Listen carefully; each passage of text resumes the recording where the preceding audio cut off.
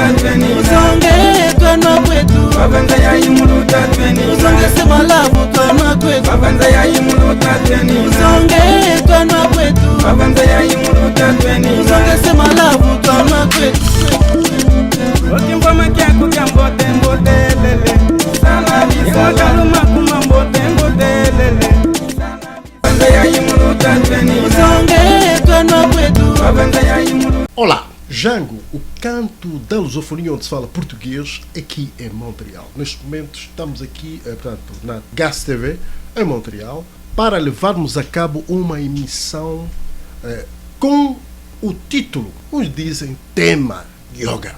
Vamos falar de Yoga e vou tentar desenvolver um bocado antes que eu chame a nossa convidada. Vocês vão saber quem é a nossa convidada hoje.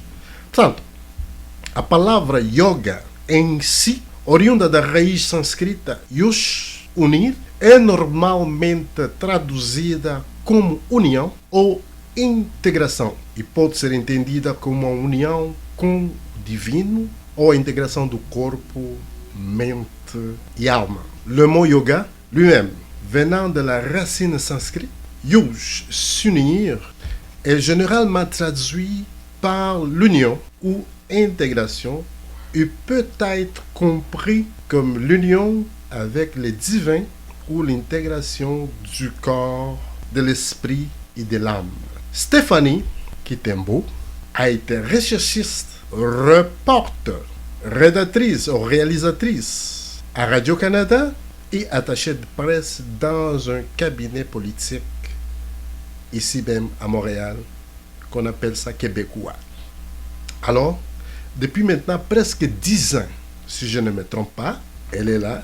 Donc, Stéphanie Kitembo a opté de transmettre la discipline de la philosophie du yoga au plus grand nombre de personnes partout dans le monde formées à Anata ou Hatha Yoga par Nicole Bordelot et un yoga thérapeutique par Yoga Santé Plus. Stéphanie développe rapidement une offre pour les personnes ayant un handicapé physique ou intellectuel ou atteint de la sclérose en plaques, de paralysie cérébrale, des maladies cardiaques, d'amyotrophie spinale et dans des personnes en prison.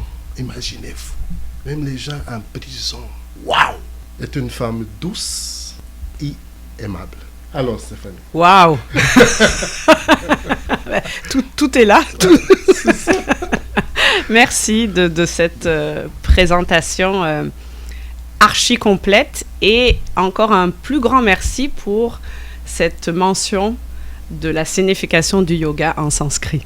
Comment ça va? Mais ça va bien. Ravi d'être là. Nous sommes contents de vous inviter ici. Nous allons partager d'une façon très naturelle. Je sais que vous avez beaucoup d'habiletés au niveau de l'informatique, des médias qui parlent Radio-Canada, parlent d'une télévision nationale. Donc, selon vous, qu'est-ce que vous touche dans ces directions que je vais citer tantôt? Par exemple, les 4 directions où regarder. En avant, pour connaître où je vais. En arrière, pour reconnaître. En avant, pour connaître où je veux. En arrière, pour reconnaître d'où je viens. Sur le côté, pour observer qui m'accompagne. En dessus, pour m'assurer que je ne marche sur personne. Qu'est-ce que vous pensez sur ça? Le yoga est une philosophie. En tout cas, je l'enseigne comme ça. Après, il y a une panoplie de professeurs de yoga qui auront toutes les couleurs, leurs signatures. Mais pour moi, le yoga est un mode de vie. Okay. Et c'est aussi une façon de se regarder et de regarder ce qui nous entoure, de quoi nous sommes composés, justement, de ce qui a été, de la direction que nous allons prendre pour construire notre futur, oui, et de la façon dont nous ressentons le moment présent avec les gens qui nous entourent, avec les gens qui nous ont façonnés. Okay. Mais nous demeurons la pièce principale. Nous demeurons le leader de toute cette équipe. Okay. Et le yoga est une discipline de direction différente parce que nous ne faisons que, et que n'est pas diminutif, mais nous ne faisons que étirer le corps dans des directions opposées, du sommet de la tête au sol et de droite et de gauche, pour créer de l'espace dans notre corps et pour justement vivre les 4 directions que vous avez émises et pour pouvoir alléger ce qu'il y a à l'intérieur de notre tête et pouvoir être conscient de ce qui nous habite, de ce que nous ressentons, de ne pas cacher et renier nos émotions et d'aller de l'avant, souffle après souffle, parce que la vie, elle n'est pas toujours facile. Oui, c'est vrai. Elle est composée de choses très lumineuses, de bons coups, de grandes joies, mais elle est aussi composée d'émotions comme la tristesse, comme le deuil, comme des séparations, comme... Alors, nous devons naviguer à l'intérieur de ça. Nous n'avons pas le choix. Alors, c'est une discipline pour moi. En tout cas, je prêche pour cette paroisse qui me tient très à cœur. J'en ai fait mon métier depuis 10 ans. Le yoga nous aide justement à traverser toutes les facettes de ce que la vie nous amène devant nous. Pour ceux et celles qui veulent rentrer dans cette dimension spirituelle yoga, comment faire pour choisir une professeure comme vous? Ah, ça c'est... Ça prend des profs, hein? Ça prend des profs et... Des vrais, là. Ça prend des vrais, ça prend, je dirais... moi, je ne plais certainement pas à tout le monde. Je suis une catégorie de prof de yoga. J'ai ma couleur, la couleur de Stéphanie Kitambo. J'ai mon bagage. J'ai l'âge que j'ai. Je ne vais pas proposer un yoga, moi, un yoga de bootcamp, un yoga de challenge, ce qui n'est pas ça, entre parenthèses, dans la philosophie du yoga. Je vais y aller aussi avec ma propre composition, mon corps, la façon que j'ai aussi de voir la vie, de ce que la vie aussi m'a donné pour que je puisse transmettre. Mais moi, je dirais essayer. Et c'est comme la recette d'un gâteau. Hein. On l'a réussi peut-être pas tout de suite, ou la recette d'un bon plat. On va, recette par recette, coup après coup, amener un peu plus d'épices, trouver qu'il manque de sel, ajouter ceci, cela. Moi, je dirais, le conseil que je donne, c'est essayer. Essayez, allez dans des studios de yoga, voyez ce qui vous convient dans votre corps. Ne faites surtout pas un cours, qui, à la fin du cours, vous amène à être épuisé, à être, je dirais, avoir un système nerveux dans le tapis.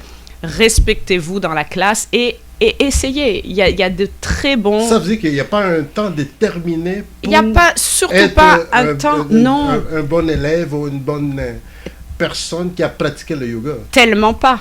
Moi, j'ai des élèves qui vont commencer le yoga, ils ont 80 ans.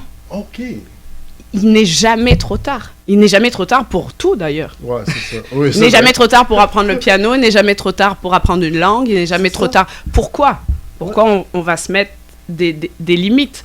Il n'est jamais trop tard. Donc ça, c'est les rêves que vous avez, que nous avons. Donc, je dirais que c'est la même chose pour l'approche du yoga. Essayez, osez, parce qu'il faut oser. Et je pense que vous allez trouver une philosophie, quelque chose de fantastique. C'est bien ça. Mais écoutez, pour le yoga, là, on ne fait pas ça par paire, là, ou n'importe où. Là. Ça prend un bon studio propre comme les tiens. Et aussi, il y a un outil très important que moi, je vais beaucoup par la couleur. Vert, rouge, bleu pour les gars. Pour les filles, je pense que c'est rose. Le tapis. Est-ce qu'il y a un choix de tapis ou on prend n'importe quel tapis? Le tapis, c'est... Dans la pratique de yoga, le tapis, c'est un chemin. D'accord? Donc, c'est pas... en effet, ce n'est pas n'importe quoi. Déjà, c'est un chemin. Pourquoi c'est pas rond? Pourquoi c'est pas triangle? Pourquoi c'est pas losange? Je sais pas. C'est un chemin. Wow, je viens d'apprendre. Donc, d'ores et déjà, quand vous déroulez votre tapis de yoga, vous faites un geste comme quoi vous allez vous occuper de vous-même. C'est un geste engagé. Quand on déroule notre tapis de yoga, on se met dans cette disponibilité. Je vais prendre soin de moi, je vais prendre soin de ma santé mentale, je vais prendre soin de mon corps. Ensuite, moi, j'en ai plein de tapis de yoga dans le coffre de ma voiture. J'en ai une dizaine parce que ensuite, quand vous pratiquez le yoga, mais vous aimez les changer, vous aimez en avoir des fleuris, vous aimez en avoir des gris, il y a toutes sortes de lignes de tapis de yoga qui sortent. Donc, il y a comme un fashionista de tapis de yoga. Mais on le choisit un petit peu épais pour que notre corps puisse être plus confortable. On le choisit en fonction de son goût. Et les lumières aussi, doux. Oui, peut-être alors... on peut même fermer les lumières. Oui, alors ça dépend de l'heure à laquelle on va pratiquer. Ok. Quand on va pratiquer le soir, quand on va pratiquer un yoga plus doux, plus yin. Le yin, c'est le côté plus, je dirais, refuge.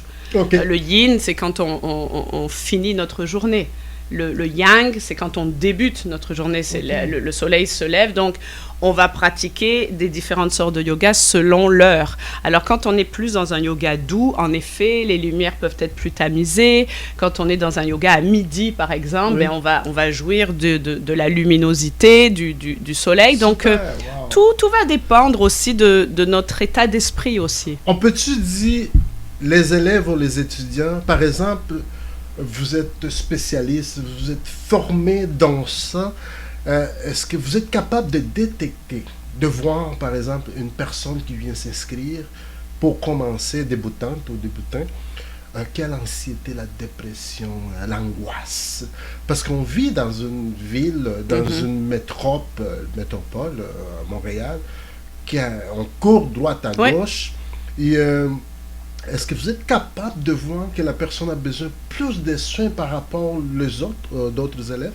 Alors, quand je suis, par exemple, dans un cours at large, on va dire, où il n'y a pas une spécificité, comme par exemple la sclérose en plaques, comme par exemple la paralysie cérébrale, comme par exemple les cas des détenus, on va en venir. Mais quand je suis dans une classe at large, où il y a 40, 50, voire 250 personnes, ok, il est impossible pour moi, bien sûr, de savoir, personne par personne, qu'est-ce que les personnes traversent. Oui. Mais comme vous le dites, je peux également facilement imaginer tout ce que nous pouvons traverser, nous les êtres humains. Oui. Donc, il y a le deuil, il y a des séparations, il y a des changements, il y a les changements de travail, il y a un enfant qui part s'installer hors de la maison, il y a de l'anxiété, il y a de la douleur chronique, il y a une maladie, il y a un accident de voiture où des douleurs se réveillent.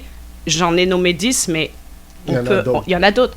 Donc, ce que je vais faire, c'est que je vais enseigner en fonction de tout ça.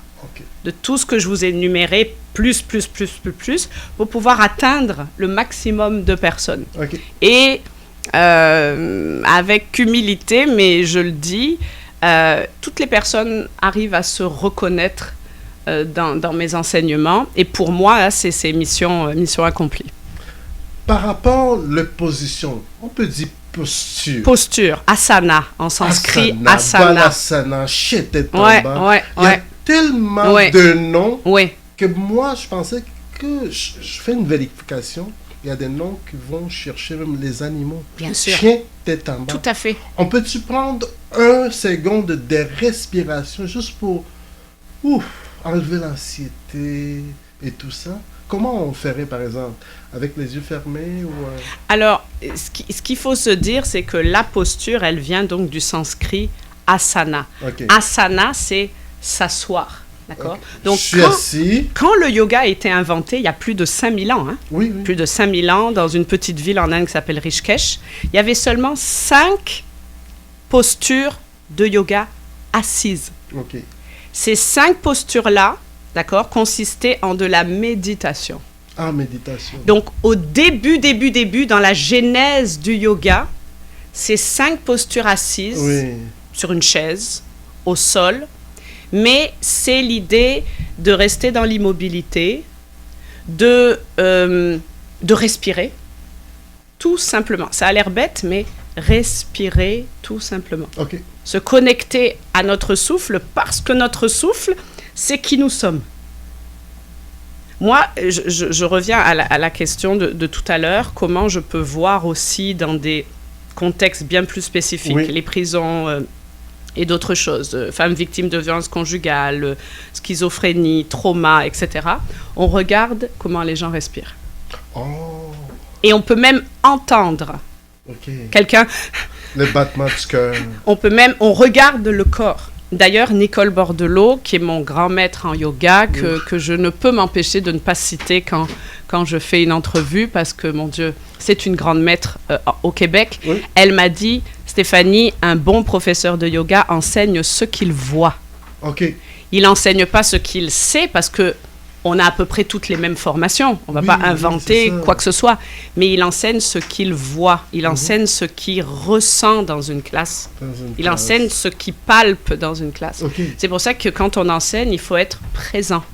Il faut être là et avoir la possibilité d'observer les corps qui sont peut-être en souffrance ou pas. D'accord ? Heureusement, tout le monde n'arrive pas avec un trauma, avec des déboires, bien évidemment, heureusement. D'accord ? Mais voilà, je regarde qui j'ai devant moi et je suis aussi à l'écoute et dans la fine observation de voir. Parfois, il y a des gens qui pleurent pendant la classe de yoga. Parfois, il y a des gens qui ont des prises de conscience. Donc, on voit le visage. Donc, le corps parle. Hein? C'est vrai. Le corps ne reste pas sans dialoguer. Oui. Et en yoga, on apprend à dialoguer avec lui. Parce que lui, là, c'est la maison la plus importante qu'on puisse avoir. Maison. C'est une maison. Wow. Alors, voilà. Wow, c'est bien ça. Et par rapport, par exemple, il y a des gens qui pensent que le yoga est relié à la religion de l'hindouisme. De l'hindouisme. Qu'est-ce que vous en dites, selon... Alors, le yoga, oui, il est né en Inde. On ne peut pas ne pas parler de l'Inde sans une corrélation avec l'hindouisme, bien évidemment.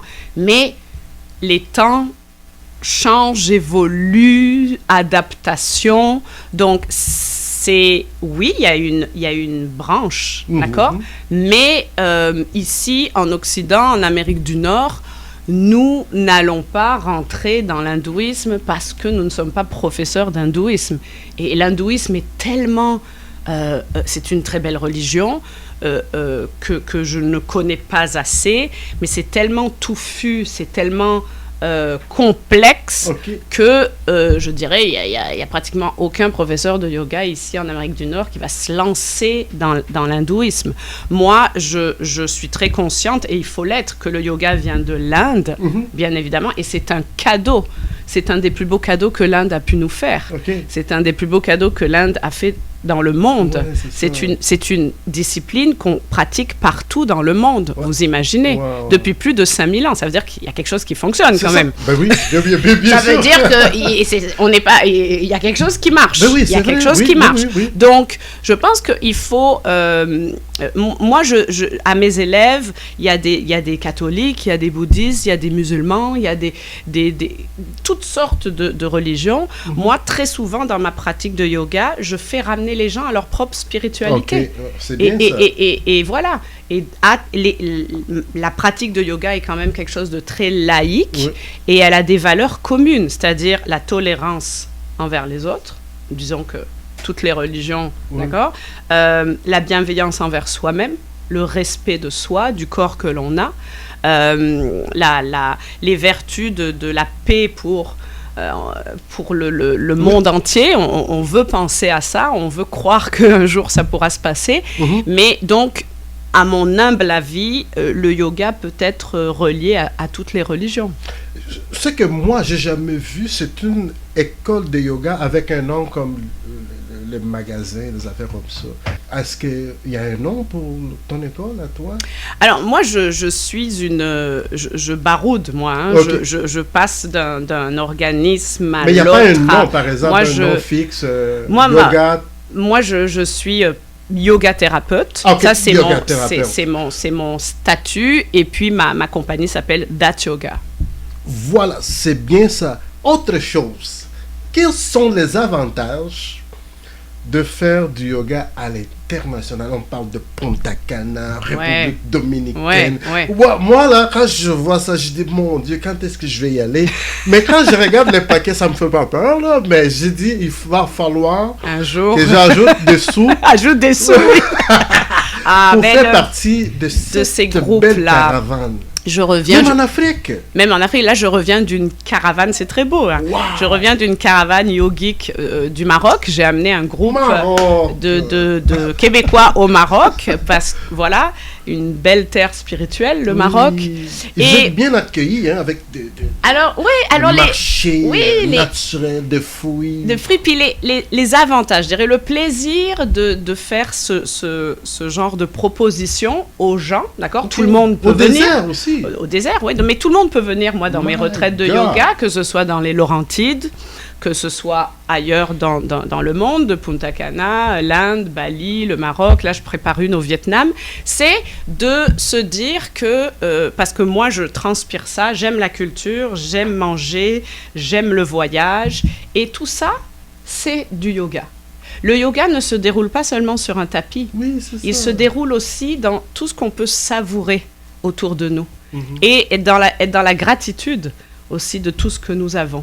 Et quand on voyage hors de chez nous, ça nous permet aussi de voir que parfois on est de mauvaise humeur, on chiale contre Montréal, ceci, cela, la mairesse, le machin. Mais quand on rentre à la maison, on se dit « Waouh, je suis bien ici, je suis bien au Québec. » Et quand on sort aussi de chez nous, mais ça nous permet de sortir de notre zone de confort, de voir ailleurs ce qui se passe. C'est ça.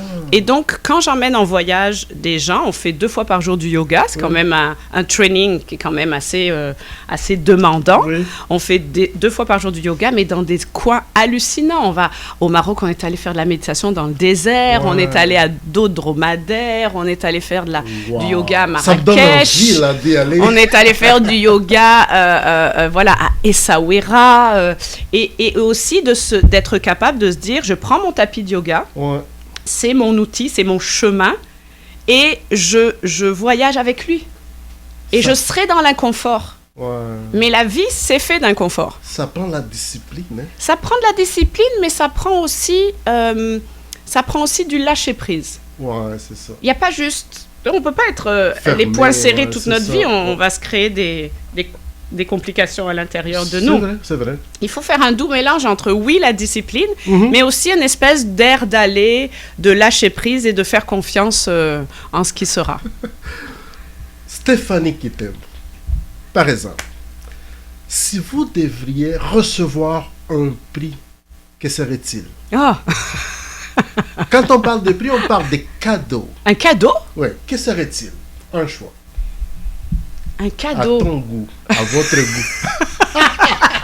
Mais un cadeau matériel? Peu importe. Selon votre cœur. Suivez votre intuition yogiste avec Balasana, en recevant l'esprit vivant, tranquille, relax. Moi, j'aimerais... Détendez-vous. J'aimerais recevoir plus... Ça va vous surprendre, mais j'aimerais recevoir plus de confiance pour pouvoir écrire un livre. OK. Nous avons fait un survol au niveau des cadeaux. Les meilleurs cadeaux que nous avons préparés, moi-même, Papa Tony, Antonio Figueira, avec la Ngas TV, ici même chez Ngas TV. C'est pour ça qu'il faut vous abonner, il faut que vous passez ici à notre télé parce que nous avons de bons cadeaux, beaux et bons cadeaux. Ce que nous avons préparé aujourd'hui, ici même, pour la professeure Stéphanie Kittembo, c'est des témoignages qui viennent de ses amis et c'est juste être attentif. Voici Gisèle. Comment vas-tu? C'est une salutation avec beaucoup d'amour, comme toujours, pour te remercier le cours de yoga, ton amitié intense, immense, ton amitié, l'amitié de ta famille, la confiance que tu m'as donnée comme prof d'espagnol de Kenzo, ton fils. Puis c'est toujours un plaisir de te voir partager, être ensemble. Une salutation plein de mon bon cœur. Chef, c'est Chef Edmond du restaurant Diolo, ton ami. Alors, je t'embrasserai très fort. J'espère que tout va bien pour toi. Ça fait un petit moment, je dois faire même un coucou. Écoute, Steph, si t'as un petit moment, viens manger un petit poulet yassa avec moi. Ça me fera plaisir. Gros bisous. Je t'embrasse fort, ma chère. écoute, je prends une petite 2 minutes pour te dire à quel point tu es une femme merveilleuse. J'ai eu l'opportunité de te rencontrer au yoga blanc. Ça fait quand même un petit bout déjà.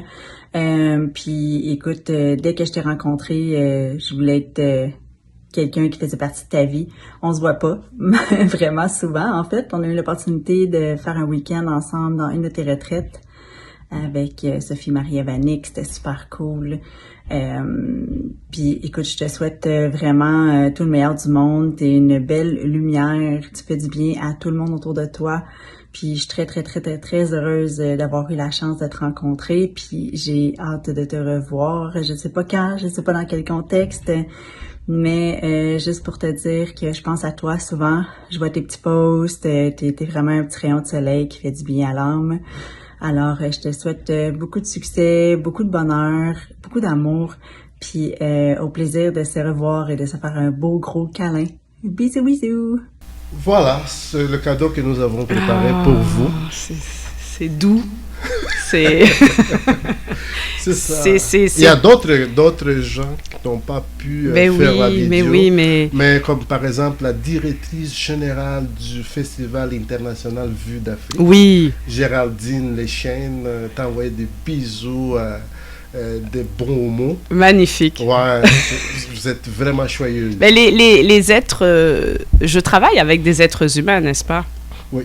Hein, c'est la matière que j'ai devant moi, donc toutes ces belles personnes que je connais, il y en a que je vois plus ou moins, mais je les porte dans mon cœur et c'est grâce aux êtres humains que je fais le métier que j'aime par-dessus tout. Il y a même une personne qui a remarqué le temps de pandémie et moi je te suivais à travers le Facebook. Tu invitais des gens pour aller à la montagne de Mont-Royal.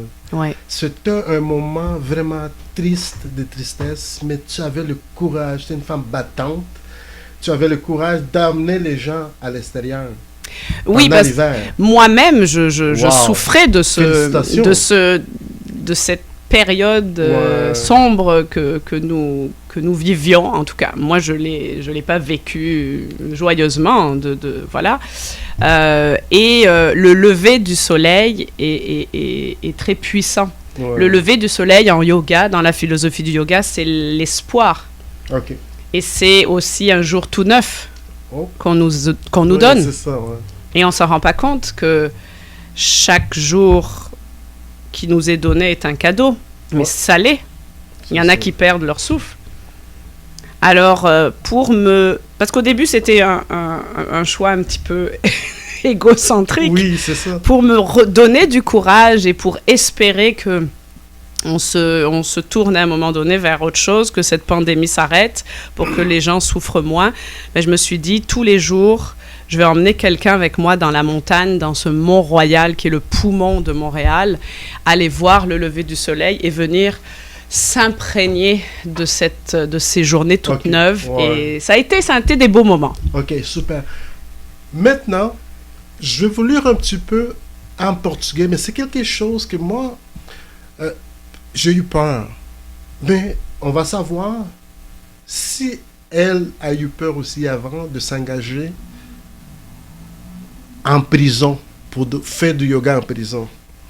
Muitas vezes, nos corredores frios, sérios e silenciosos das prisões, é difícil ouvir risos e gargalhadas, sons que são sinônimos de felicidade. A preocupação, o medo e a angústia parecem dominar todo o espaço. E é aí onde menos se espera que o yoga terapêutico, inventivo e com um jeito próprio de interpretar o mundo ao seu redor brilha, trazendo cor, graça e carinho àqueles que mais precisam nas cadeias. Yoga, todo mundo já sabe o que é e de onde vem. Uma coisa certa, nem sempre dá para se preparar para o inesperado, mas é possível encontrar o que mais procuramos onde menos imaginamos. Até mesmo num tapete de yoga com a professora Stéphanie Kitembo. Souvent, dans le couloir froid ou froide. Ce riu silencieux des prisons, il est difficile d'entendre des rires et des éclats de rire que sont synonymes de bonheur, l'inquiétude, la peur et l'anxiété semblent dominer tout l'espace. Et c'est là où on entend le moins que le yoga thérapeutique, inventif et avec sa propre façon d'interpréter le monde qui l'entoure, brille. Apportant couleur, grâce et affection à que c'est dans les prisons que nous en avons le plus besoin. Tout le monde sait déjà qu'est-ce que le yoga et d'où il vient. Une chose est sûre, on ne peut pas toujours se préparer à l'inattendu, mais il est possible de trouver plus de ce que l'on cherche là où on imagine le moins, même lors d'une séance de yoga sous le tapis de Stéphanie Kitembo, professeur. Professeur, comment vous êtes engagé comme ça en prison là? C'est la première fois que j'entends au niveau de yoga international qu'il y a un professeur qui va dans une prison enseigner pour les prisonniers. On ne sait pas s'ils sont dangereux là. Ils sont des êtres humains, oui, mais il y a des degrés de personnes qui sont emprisonnées. Est-ce que c'est possible de nous éclairer un petit peu? Pas peur, tu es là, souriante, et les gens voient quelqu'un rentre avec un tapis, c'est tranquille.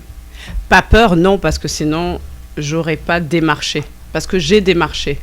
À chaque fois que j'ai eu une expérience en milieu carcéral, avant la Covid, j'en ai une, et depuis le mois de juin, j'enseigne à la grosse prison de Montréal qui s'appelle la prison de Bordeaux.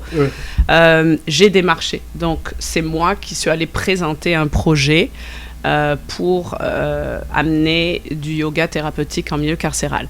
Le yoga thérapeutique, le yoga en milieu carcéral, il existe déjà ailleurs dans le monde. Il y a des prisons américaines qui ont déjà du yoga en prison. Donc, parce que je fouille, je continue à m'informer, je me suis dit, moi, je vais présenter la même chose au Québec. Et persévérance, ténacité, appelez-les comme vous voulez. J'ai mis 4 ans à avoir un OK de Bordeaux. Et j'ai commencé donc un mandat à la prison de Bordeaux le 7 juin dernier. Et j'y vais tous les vendredis après-midi. Ça, c'est juste pour les hommes ou filles aussi? Juste pour les hommes. Et les gars, ils sont pas curieux. Oh, vous êtes belle, professeur. Alors, il n'y a pas des éloges. Parce qu'ils sont fermés quand même. Hein? Il y a un respect... vraiment incroyable. Il y a mes cours sont pleins. Il y a une liste d'attente. Il y a une soif de changement, de réinvention, c'est un terrain formidable pour le professeur que je suis.